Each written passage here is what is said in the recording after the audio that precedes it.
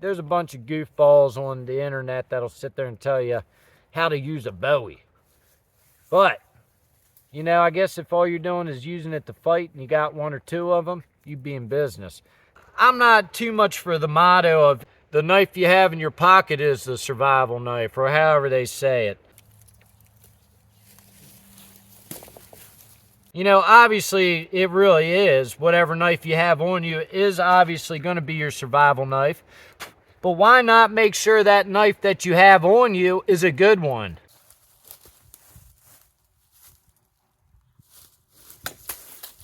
You could get by with something like this, and you could keep some little survival items in there.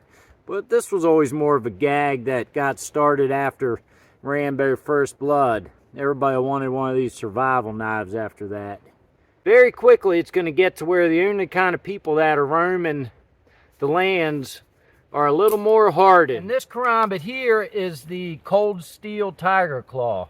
And I love this. I mean, this is a cool knife. And, you know, it's fun to flip it around. But you got to be careful with it.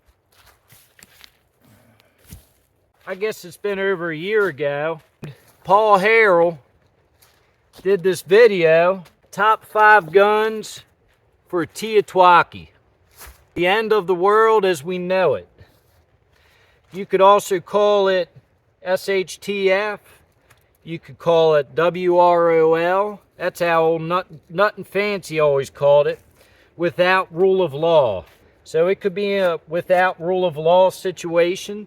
It could be a SHTF situation. It could be a I'm running out the door situation and I'm never going to be back. This could just be something that, you know, I can only grab one knife and I'm out the door. Or you have that one knife in your pack. I like to have more than one knife. I always try and have a few on me. But if you could only bring one knife, what kind of knife is that going to be? I don't believe in a one knife option.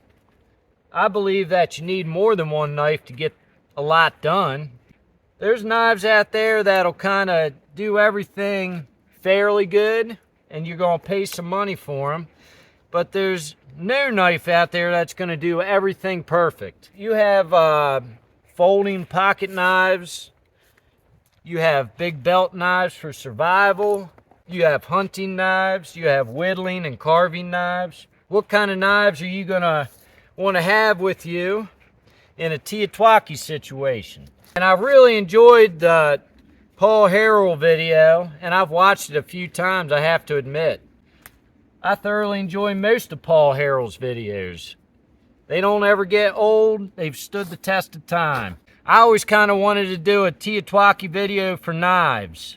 My backpack was busting at the seams, but I just brought out 37 pounds of knives in that backpack. And, you know, granted, I only hiked about a mile out into the mountain, but that's still a mile with 37 pounds worth of knives on me. But, of course, I have that back here. The situation arose in my head, like, what would I grab? I kind of always think about that. What would I grab if they were like, all right, you all got 15 minutes, you got to go, or you could take one knife with you. What's that one knife going to be? And we'll go over what I have and what I think would be a good knife to have in a TEOTWAWKI situation, and what knives I would think wouldn't be so good to have. Now, granted, all the knives I have sitting up here are knives that if it was the only knife I had, I'd be happy I had them. Don't get me wrong. You know, I'm not too much for the motto of the knife you have in your pocket is the survival knife, or however they say it. You know, obviously, it really is. Whatever knife you have on you is obviously going to be your survival knife. But why not make sure that knife that you have on you is a good one, right? I mean, it makes sense. You don't want to have some tiny little pen knife in your pocket when you get lost in the woods, or have to run out the door for SHTF. Wouldn't you feel like a real dingy if you ran out the door with a little baby pen knife in your pocket or something? Knuckleheads. I got my Hobo Forge Rhino tracker on my side. This is just what I have on me today. I always switch it up. I have this Case 2-blade hunter model right here. That's pretty handy to have on you. And I have a multi-tool. This is a Super Tool 300. And this has a multi-tool of tools in here, obviously. That would definitely help me in a TEOTWAWKI situation. No matter what, I feel like everybody should have a really good multi-tool that they carry every day. And if you don't feel like carrying it, you know, have it in a backpack or some kind of bag. Everybody should have one of these in their get home bag, in their get out bag, in their inch bag, whatever kind of bag you're working with. Or, you know, just carry it on your belt like I do. I use this thing every day for something. I'll put that back. And we're going to get to this video. If this seems like something y'all want to see, if you've made it this far, I hope you stick around to the end. I appreciate y'all watching, especially, like, you know, the people that have been here with me for a while, and I will always answer your comments. Doesn't matter if you're a dick or not. If you have a question, feel free to ask. You know, don't be afraid to ask. I'll be happy to answer any questions you have, and I'd really appreciate it if y'all subscribed. I'm just around, I'm right around 1,600 subscribers, which I never would have thought I'd have had 1,600. That may sound silly, picking away at it. I enjoy it, and I hope that you all enjoy it. I get it if you don't want to hit the like button, because the algorithm will start showing you other cool videos. But, you know, maybe think about that, hitting the subscribe button. And if y'all want to see what kind of knives I'd pick for TEOTWAWKI, y'all stay tuned.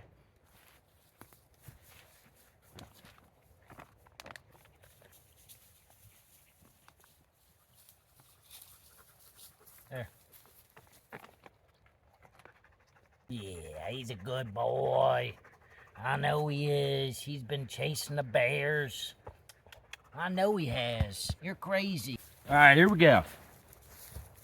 So, certain things that I would probably look for in a TEOTWAWKI situation. A knife that I could do a good amount of different tasks with. A knife I definitely wouldn't want to have in a TEOTWAWKI situation, which this may sound kind of crazy to some of you, because this is a survival knife. But check this one out. And that is an old survival knife made in Taiwan. And these are really cool and really nostalgic. I wouldn't trust that compass on the back with my life. And I don't know how great that saw tooth on the back would do for notches. I'm sure that this bottle opener would work. Well, I guess you could drink your sorrows away if that's the knife you had in your TEOTWAWKI situation. But you got a hollow handle here. And I guess if this is all you had, it's all you had. But this isn't the knife that I'd be running out the door with if I had anything to do with it. So check it. Let's see if we can see in there. Y'all see down in there? There's a nut. And that nut screws onto a tiny little piece of threaded nub on the other side of this finger guard. And basically it's a nut that tightens the blade to the finger guard. And that's all it is. If you get to swinging and fighting with this thing, somebody could snap that blade off at the weak point right here. And then what are you going to do? You're going to be in big trouble. If this is all you had, you know, it's all you had. You might be able to take a halfway decent edge. I've never even sharpened this thing up. Like, this sucker wouldn't barely cut butter. But, old vintage knife made famous by Rambo First Blood. And this is a baby version of it. But after that came out, it was all the craze to have one of these survival knives. Any of y'all have one of these? Let me know in the comments. One of these days, I'm going to buy a real Rambo knife. Even though they aren't really ideal for much of anything, you know, it'd still be nostalgic. It'd be fun to have. So I'm going to take this off the table. And I know I don't have a table out here, but what I'm getting at is we're going to pretend that this towel and this trash bag I got laying on the ground here is my table. And when I take a knife off it, it means I'm not going to want it for TEOTWAWKI. We're going to have to take you off the table. You know, this is like a great little bushcrafty kind of whittling knife, but I want a TEOTWAWKI knife to be a good fighting knife as well. And I guess ultimately this is a full tang stick tang, but you're not going to be doing a whole lot more than fine whittling tasks with this. And I guess you could use it as self-defense, but the only people that get scared by something like this are probably going to be gone in the first weeks of a TEOTWAWKI situation. So that's another thing to think about. You know, somebody that might get intimidated by something like this, or even something like this, Microtech, Ultratech.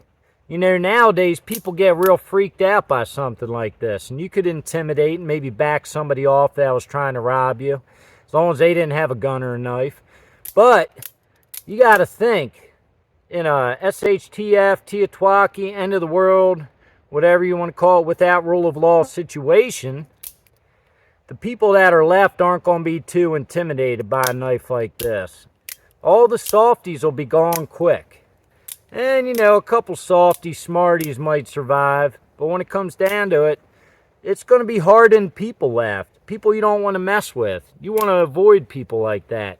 And they're not going to get scared off by a little dinky switchblade like this. I mean, it's cool and fun to fidget with, but there's too many working parts. This isn't something that I would want to have as my one knife in a TEOTWAWKI situation. So I'm going to take that off the table too. Sorry, Microtech.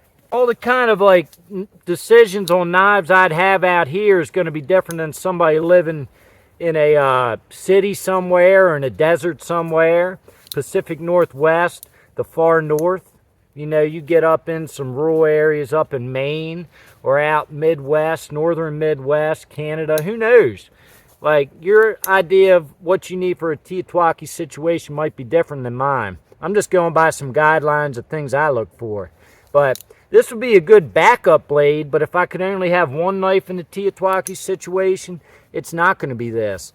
This is a nice sturdy locking system, and it'd be something that I would like, and I'd be blessed, you know, I'd be happy to have it. I just love that primitive look, and it'd be a nice, you know, nice little self-defense knife, but ultimately it's not something that I really, there's better knives on the table here. So we're going to take the Microtech stitch off. Like, here's the Spyderco Shaman, and this is a little lighter than the Microtech stitch. It has a thicker blade stock down through. This is more of a heavy use folding knife, and I guess you could use it for some in-close work, depending on what you're doing. And this wouldn't be such a bad knife to have. S30V steel, you know, it'll sharpen, it'll hold edge for a little bit. This is a durable stainless knife here, in my opinion. But I don't really want my TEOTWAWKI knife to be a folding knife, so I'm going to get rid of that as well. If I did have to have some kind of folding knife as my knife, you really can't go wrong with something like a cold steel blade. All those people that are cold steel knife fans at the end of the world, they're going to be doing all right. The ones that had a collection. They have some big, durable, sturdy, tough blades. But this would be a good knife. I could use this to hunt. I could probably field dress a deer with something like this. Barely long enough slicey blade to like maybe do some self-defense. And it has a very durable locking system in the triad lock. You really can't go wrong with this. This is second best to a fixed blade, the cold steel locking system. And I know now there's other nice locking systems out there. This is just what I have. Unless I'm using this as a backup, it's not going to be something that I'm running out the door with. I'd totally have something like this in my pack though. This would be a handy folding knife, something like this. So this is a Charade old-timer buzzsaw model. I believe it's the 97 OT.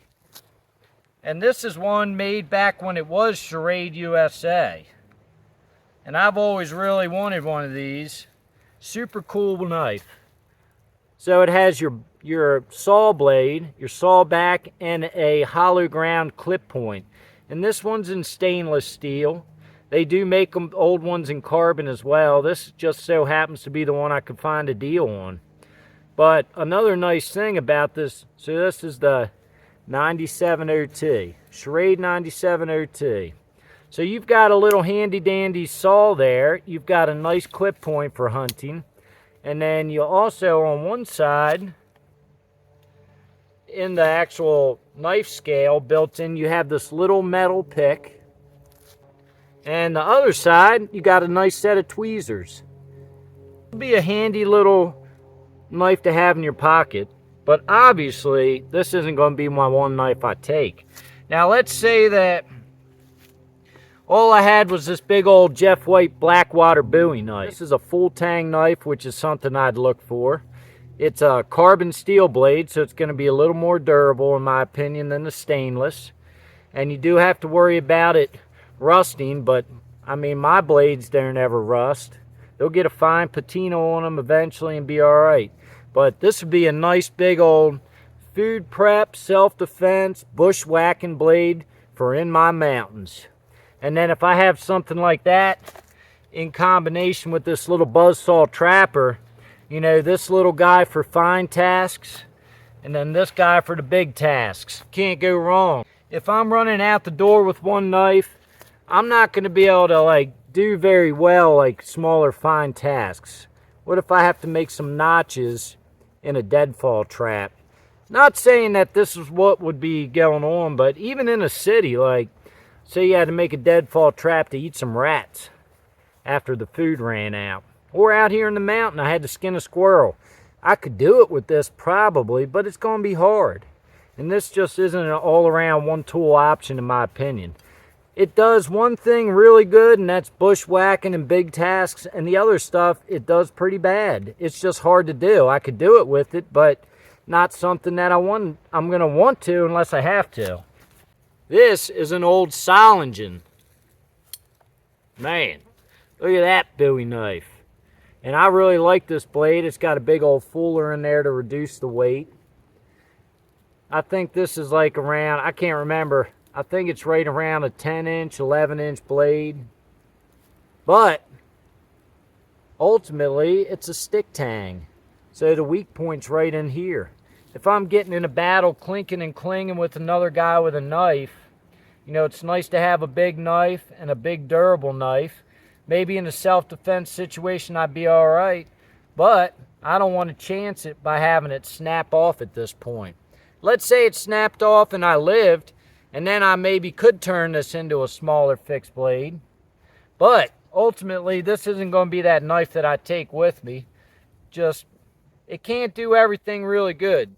There's one reason for this knife. You might be able to do some bushwhacking, but I guarantee you, as soon as I start bushwhacking, it's going to come loose. So, this isn't something I'm going to want to have out in the mountain. If I can help it. This isn't something that I'm going to run out the door with if there's other options left on the table. I guess if I'm going to have to get rid of some stick tangs, we'll go to another. So this is a long hunter. Jeff White, master bladesmith, did the blade blank. And then I handled it. And this is a full tang stick tang. Right here coming out. But ultimately the weak point is right up in here. Right up in there. And this is actually a semi-light blade. And back in the day, the frontiersmen, you know, some of them used to carry a long hunter blade like this. And that's what they used. Used this for hunting, food prep, self-defense. You know, there's other knives out there that are full tang nowadays. You know, if you're looking for the weight factor, like this is kind of light. And you could probably get used to maybe doing a little bushwhacking. But this just doesn't have the weight behind the blade. It's not heavy enough duty blade stock. Now this you could do some fine tasking with this and definitely do a little hunting with it, but it being stick tang, it's not something I'm going to want to run out the door with unless it's all I got. You know, you have something like this, and then maybe you have like a smaller knife. Let's say you had this little Canadian belt knife with you. Now this is a cold steel. This is the cold steel Canadian belt knife.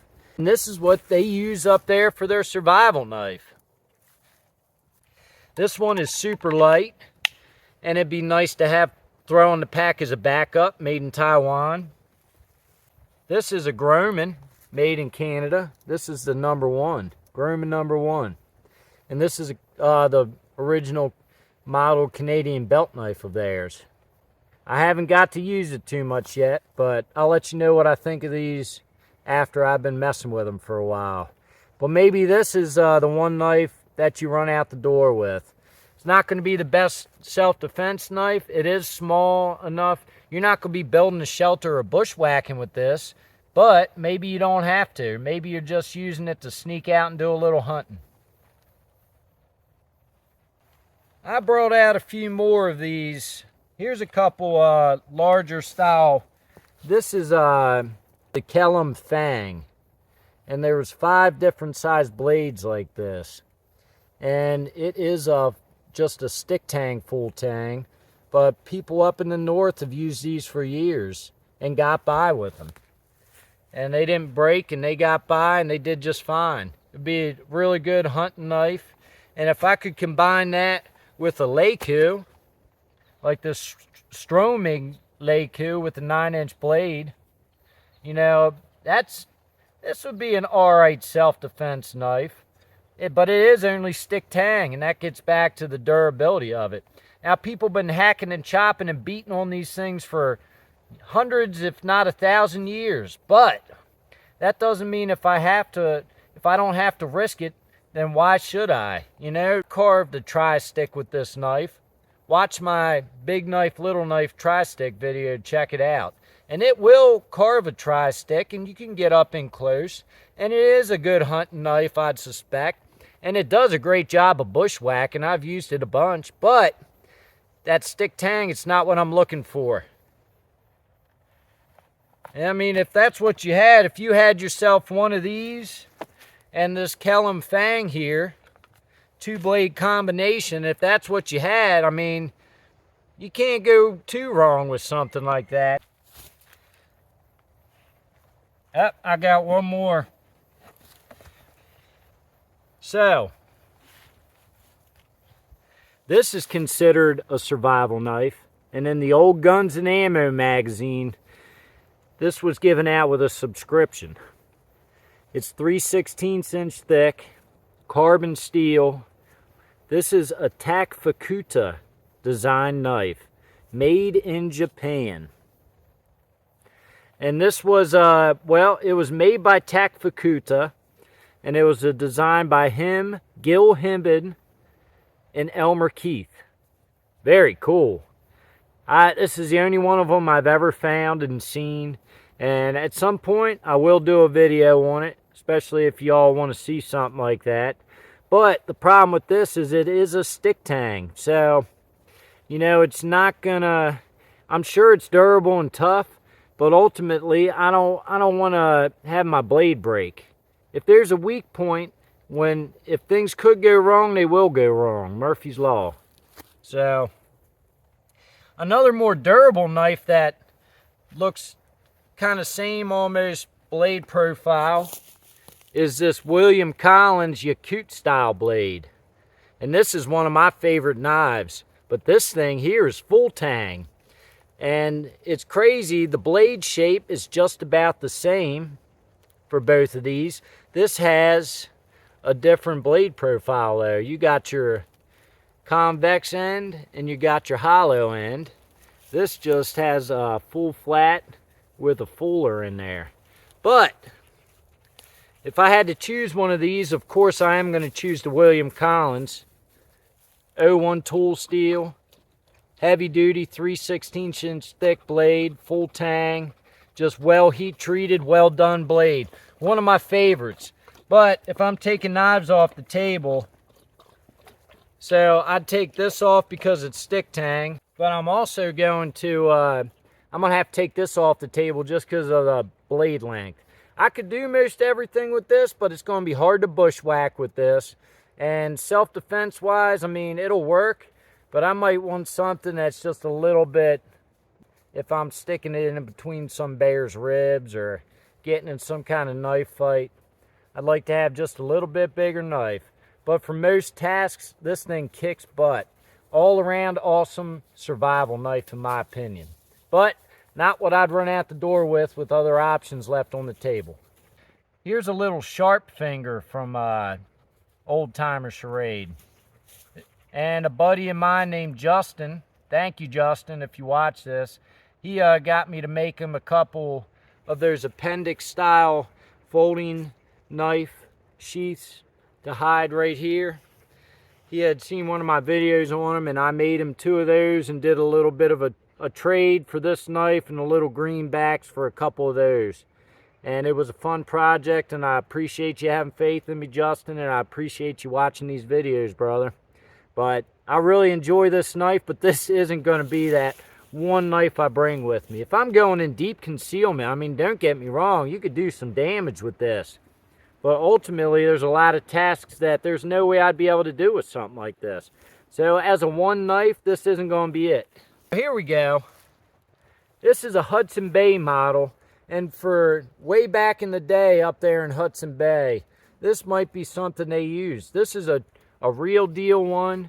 It was hand forged, heavy duty, thick 1/4 inch blade stock. And I redid the edge on this, and I also redid the handle. And I have a video. And I also redid the handle. And I have a video on this knife. This would be a pretty good self-defense knife if I'm battling some zombies, depending on where I am. But if I'm trying to do a little bit of whittling and carving and fine tasks, this is not the knife for it. So I'm going to have to cut this one off the table. If I could have 2 knives, if I could have this and maybe this Rob Evans Mach 2 Morse Kahansky tribute knife. This is a sweet little blade here. You can do a lot with this knife. And Morse Kahansky said this is all you need, is a little knife modeled after this. Little baby survival knife. It's a shorter blade, thick blade stock. Rob Evans actually, he designed these knives to be able to poke and pry and beat and just use as a pry bar or do some fine carving tasks. And this is a nice little knife, but unless I was using it in a combination with something bigger, you know, that'd be a good combination maybe. But if I'm only grabbing one knife, it's going to be neither of these. Awesome knife here though. Rob Evans, go check his YouTube channel out. He's a good dude and he makes some really awesome knives. Thank you, Rob. I love this knife. Here's another Hudson Bay, and this one's a little bit smaller, about an 1/8 inch thick. Smaller design, and this was made out of an old saw blade, custom knife. I believe it was called RL Knives on Etsy. Really neat blade, really tough. He did a great job. Cool, fancy knife.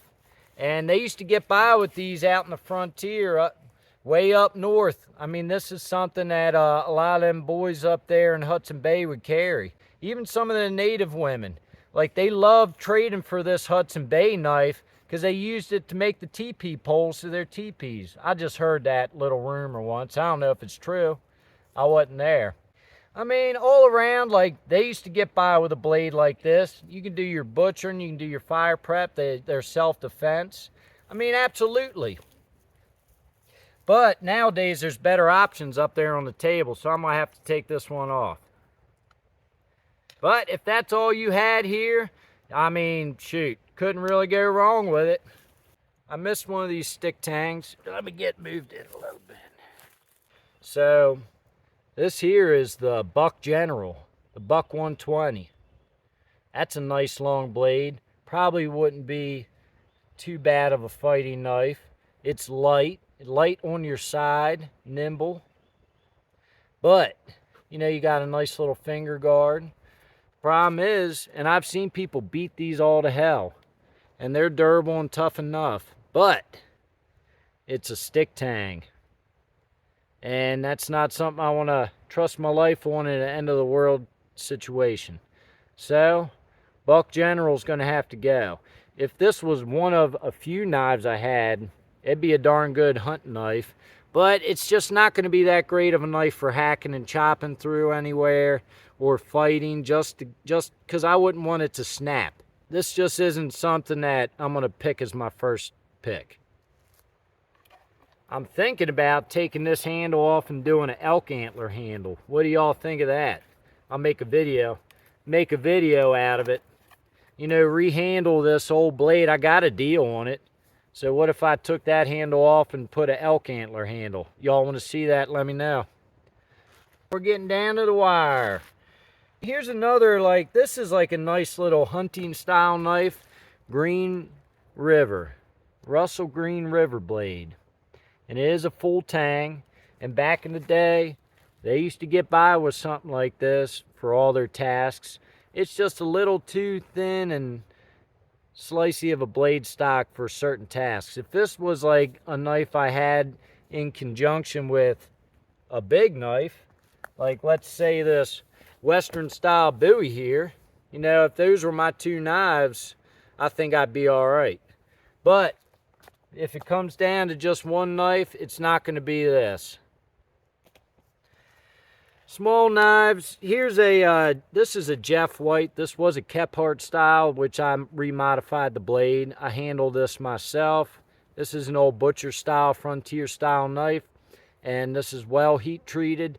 Really cool blade. I took my time to rework that edge here and change it up.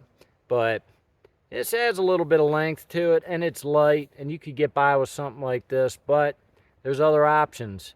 You know, there's knives I still have left that would outdo this knife in a heartbeat. So this here is a old timer deer slayer. And if, let's say I use this with that, now if I had this with that buzzsaw trapper, I'd be in business. It gets super slicey and delicate out here, but that's good for all your hunting tasks. There's a reason they call this a deer slayer.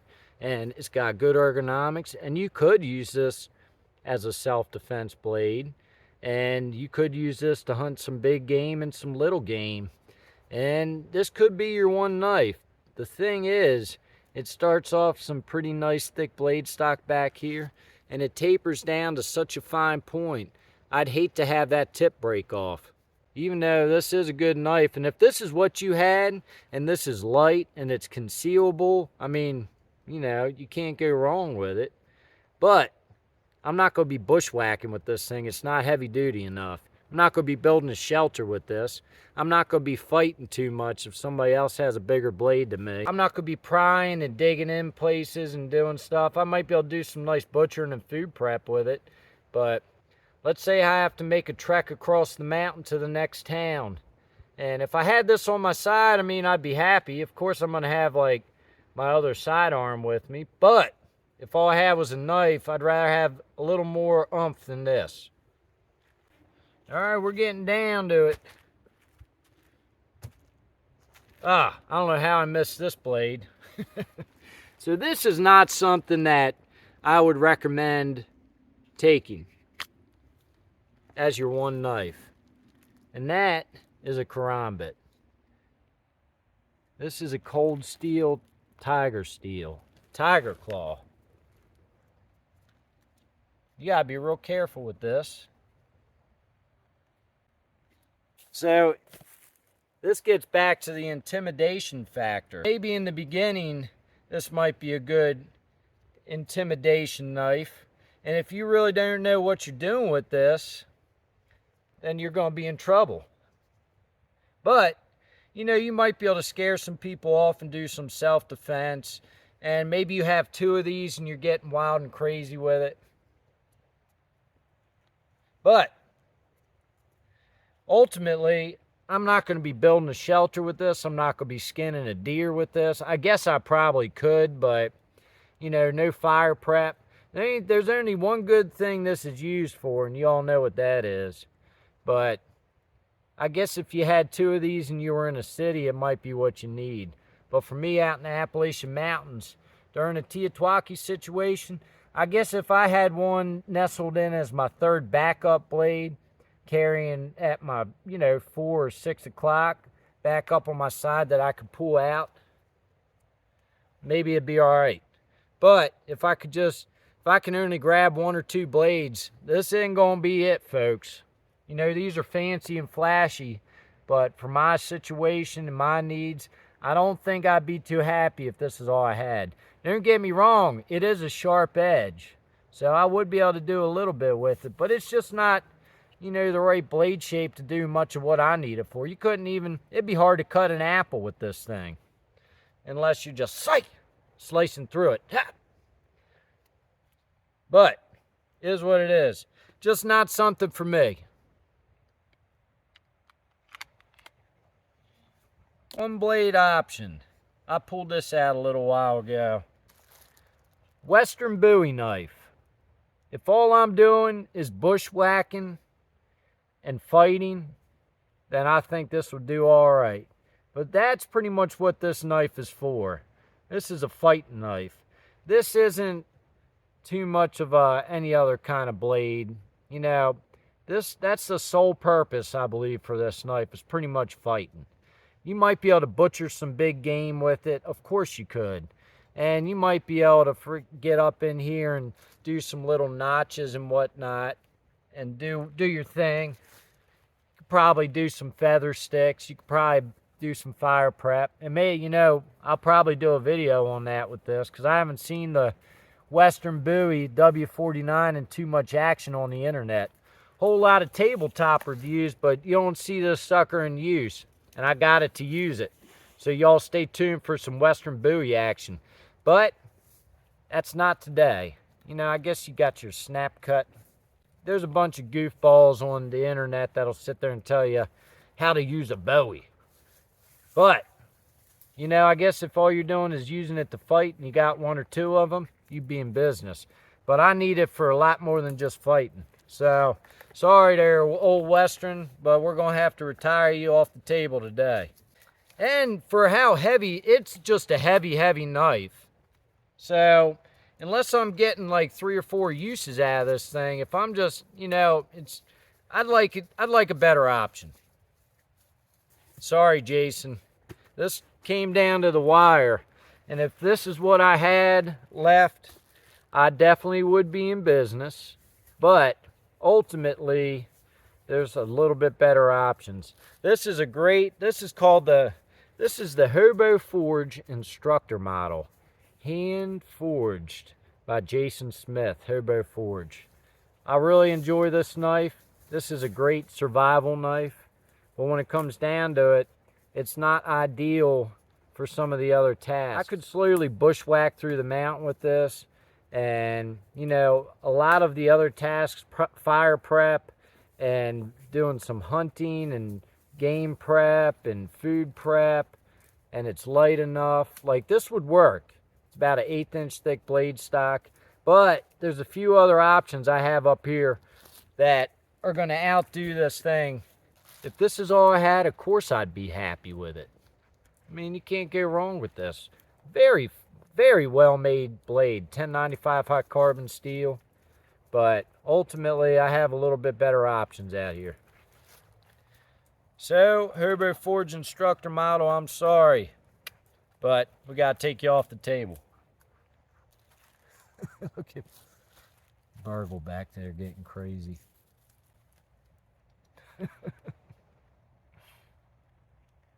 These guys are crazy.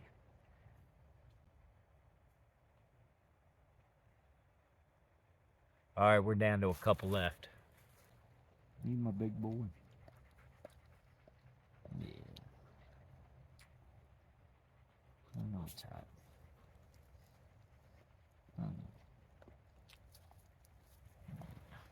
You're a good boy, Bonzo. He's my old main man. He's been in just about every single video I've ever made on here, starting with the first. Oh, look at this turd. You're a good boy, too. Yeah, I know. You're good boys. We're getting down to the wire, big boys. Burgle's getting big, isn't he? Yeah. All right, so I'm down to 6 knives down here on the table, on our table. And I can't help that 4 of them are from you-know-who. I'm sure some of y'all do, people that watch my channel, probably can guess that there is 4 knives up here from one maker. All right, well, here they are, folks. When you're getting into, like, as I said before, this here is just not going to be the kind of knife that I want as a one knife option.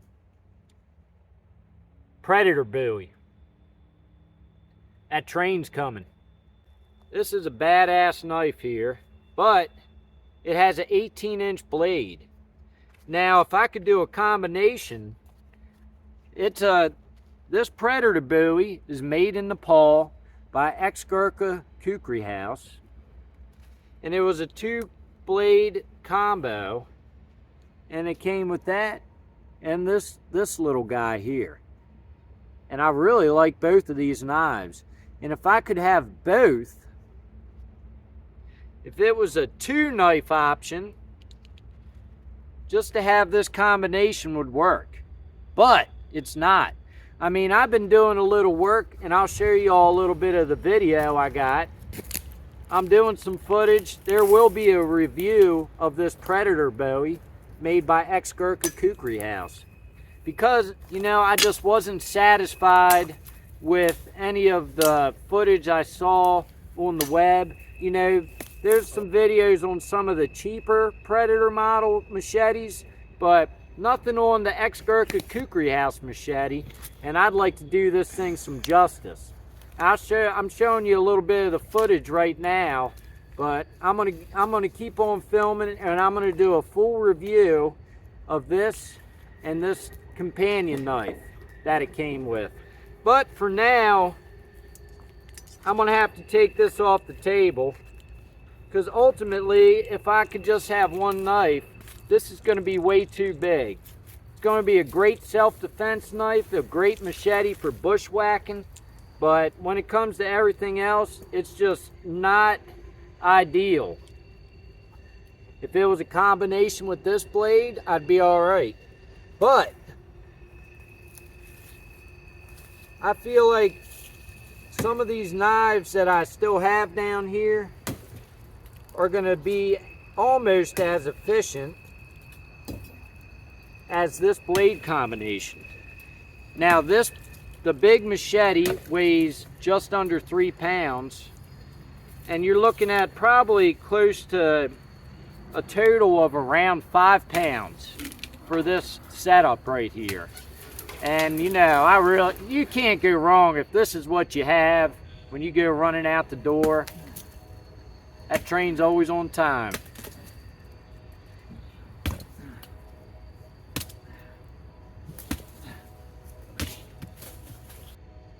Yeah, you can't go wrong with something like this, but there's better options and smaller, lighter options that I'm going to be able to do just as much or better with down here as I could with these 2 blades here. So that's this will be my runner-up to my top 5 blades. Runner-up here. So I've went over a whole lot of knives, and we're down to just a few here. I have the William Collins Master Woodsman spear point blade, kind of a oversized Kephart style spear point, or maybe combat fighting knife. And this is called the Master Woodsman for a reason. And he does have a model with a little bit fatter belly right here called the Master Hunter. And I wouldn't mind getting one of them one of these days. But I found this. It's one of his older Master Woodsman models in AEBL. Is when he used to stamp them himself. Really neat knife. And I have the William Collins belt knife. Really awesome design. William Collins survival knife. I have my Hobo Forge Rhino tracker left up here. And this was my design. I had sent Jason Smith some drawings, Hobo Forge, and this is what he came up with. I always kind of wanted a tracker style blade with that big old sweeping clip point. and it's got a big old belly. I've fleshed with this. I've bushwhacked with this. I've fire prepped. I've done everything I could with this knife, and I could get by with just this knife as a one knife option. I don't believe in a one tool option, but a one knife option, I could get real close with this knife. I could get real close with this knife. I could get real close with the William Collins survival knife. I could get almost as close with the belt knife. But the William Collins belt knife and the Master Woodsman here, these two guys, you know, they're fine specimens, but when it comes down to is these other ones up here are still kind of, you know, it's hard. I've used this for a lot, and it's just got a nice tapered grind here. It's got a tapered tip, and this is super slicey, and this would do well for some self-defense. It's not the longest blade, maybe a 5-inch. You could do just about everything you need to do with this knife, and you could even, with some proper technique, do a little bit of bushwhacking with it. But I'd want something just a little more durable. This one's an AEBL steel, and the blade stock is 3/16 inch thick of this William Collins survival knife. And this would be my one of the main ones I'd choose if it wasn't in Nitro V. And, you know, granted, there's a bow drill divot on here, and I have done a bow drill fire with this knife. And I could, you know, use this for just about all I need. I've bushwhacked some with this. I've used it as a small hatchet. I've carved axe handles with it. I've done fire prep with this knife. I've done food prep with this knife. Just about everything I need to do. But for me, I'm a carbon steel guy. So this blade would have to be taken off if I only could choose one. This would be taken out of the mix. This would be a good self-defense and all-around knife, but I'd have to take this out of the mix, the Master Woodsman. And I'd have to take the William Collins belt knife out of the mix just for, you know, the size and length alone. It is a nice little blade, and it would be good for a lot. But what I have left here, I have my Rhino tracker, which I've become very attached to. I would never get rid of this blade. Did an awesome job on it, and I look forward to doing some more different things with Jason Smith, and I've got some things in the works. He's going to be working on another knife with me soon. But here's my Hobo Forge Rhino tracker is what I call it, or tracker Bowie, whatever you want to call it. And got the Field Boss in 3V.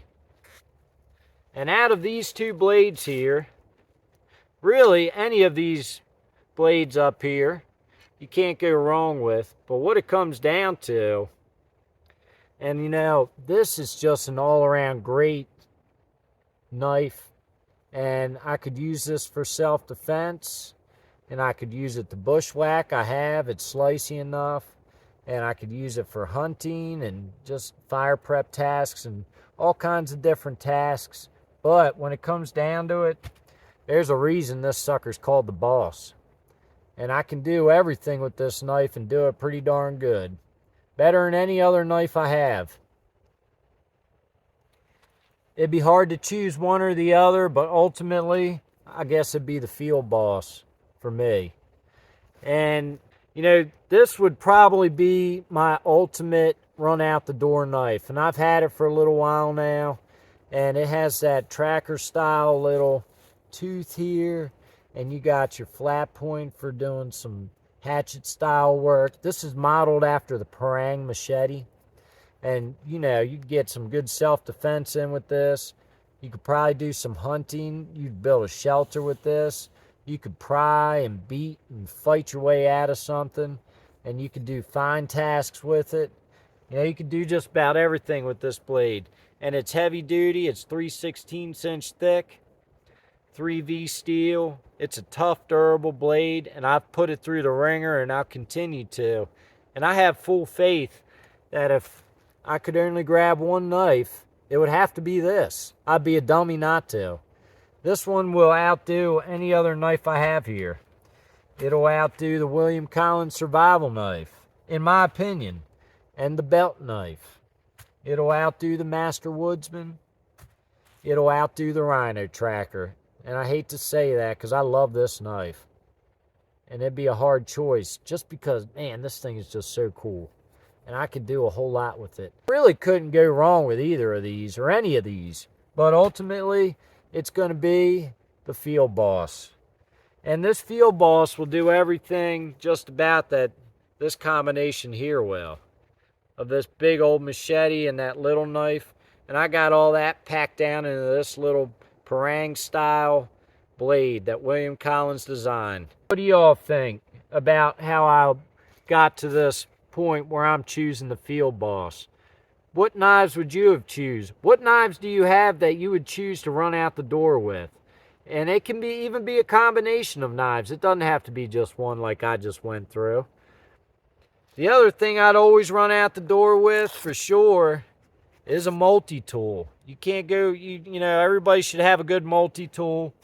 Everybody should have a good heavy-duty fixed blade. And then maybe everybody should have some kind of little, you know, I got a nice little, this is a little 2-blade folding Hunter from Case. Old carbon steel blades. And there's still a lot of life left in these. And you can't go wrong with having that in your pocket either. Just a combination of blades. But overall, like, what do y'all think of my decisions and how I came to this decision? Did I make the right choice? Did I make the right choices? Did I work through this correctly? You know, I love this Rhino Tracker. Man, love this knife. It's one of my favorites. I have a few favorites. These two are two of my absolute favorites. I gotta say, if this was an 01 tool steel, you know, it would be a hard toss-up to choose this. Maybe I'll get one in 01 one day. But for now, I mean, I feel really happy to be able to have this knife even if it isn't stainless. And I'm not knocking stainless.